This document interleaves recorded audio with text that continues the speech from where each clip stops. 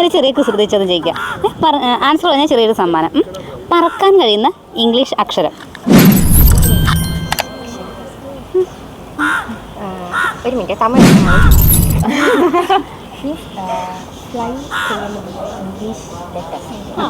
Funny ക്വസ്റ്റ്യനാ, അപ്പം അങ്ങനെ ചിന്തിച്ചാൽ മതി.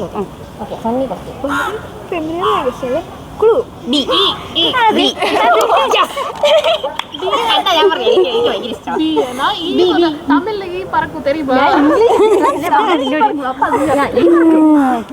ഏതു ഭാഷയും എഴുതാൻ കഴിയുന്ന കണ്ടുപിടുത്തം.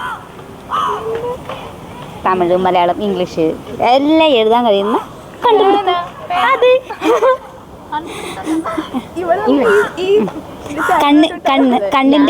കണ്ണിന്റെ സഹോദരൻ. കണ്ണിന്റെ സഹോദരൻ അല്ല.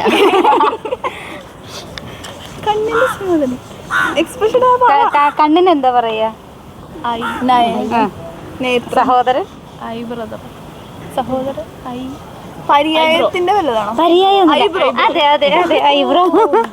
മൂന്നിന്റെ ആൻസർ പറഞ്ഞില്ല, ചെറിയൊരു സമ്മാനം. വെൽക്കം. ഞങ്ങളുടെ ചാനലിന്റെ പേര് ഫൺ അറ്റ് കൊച്ചി.